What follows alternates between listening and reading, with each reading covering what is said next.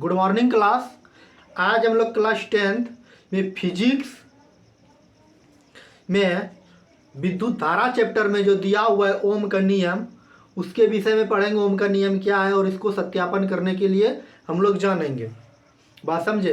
अगर आप इस चैनल पे नया है तो वीडियो शुरू से अंत तक देखिए, जो कि मैट्रिक एग्जाम में 5 नंबर के पूछे जाते हैं। सबसे पहले दिया है परीक्षा में पूछे जाते हैं ओम के नियम से आप क्या समझते हैं या ओम का नियम क्या है।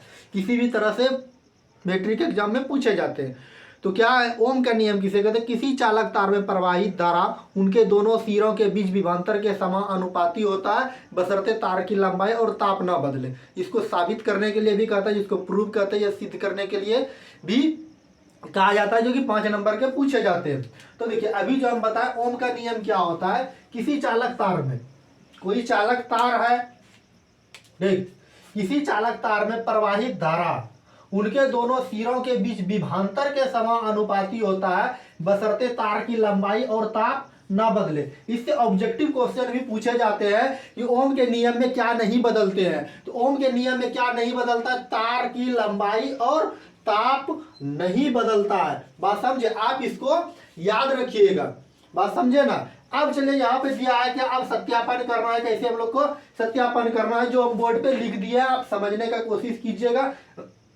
देख अब कह रहा किसी चालक तार के श्रेणी क्रम में एक सूखा सेल और एमीटर जोड़कर सेल मतलब होता है बैटरी, सेल से प्रवाहित होने वाली धारा को मापते हैं, जो कि हम फिगर में बना दिए हुए हैं। एक सूखा सेल लिए हुए हैं और किसी चालक तार के श्रेणी क्रम में यहाँ पर लगाए हुए हैं, ठीक। और इससे क्या कर रहे हैं? एमीटर से जोड़कर सेल से प्रवाहित होने वाली धारा को मापते हैं, ठीक।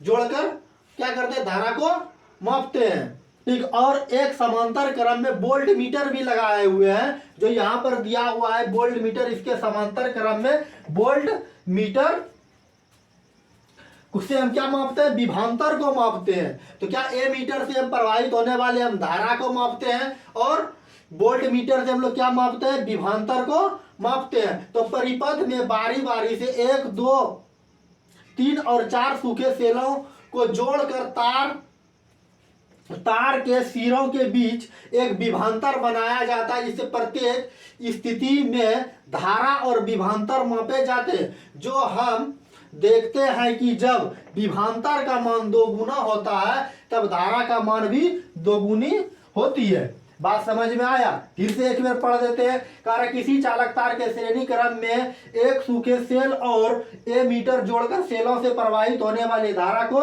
मापते हैं, और एक समांतर क्रम में वोल्ट मीटर जोड़कर विभवांतर को मापते हैं, जो फिगर में हम बताए हुए हैं। परिपथ में बारी बारी से 1, 2, 3 और 4 सूखे सेलों को जोड़कर तार के सिरों के बीच विभवांतर बनाया जाता है। प्रत्येक स्थिति में धारा और विभवांतर मापे जाते हैं। तो हम देखते हैं कि जब विभवांतर का मान 2 गुना होती है, तब धारा का मान भी 2 गुना होता है। तो अब देखिए यहाँ नीचे क्या लिखना है। इस प्रयोग से यह सिद्ध होता है कि चालक तार में प्रवाहित धारा विभवांतर के समानुपाती होता है।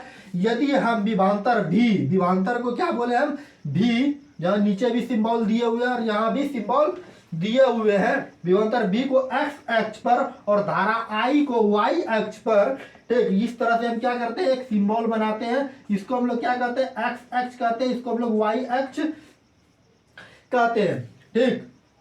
लेकर हम ग्राफ खींचते हैं, तो ग्राफ हमारा क्या मिलता है? सीधी रेखा में मिलती है। तो ठीक ना। अगर इतना आप लिख देते हैं मैट्रिक एग्जाम में, तो इससे आपको 5 नंबर का मिलेगा। यही हमारा क्या हो गया? सिद्ध हो गया।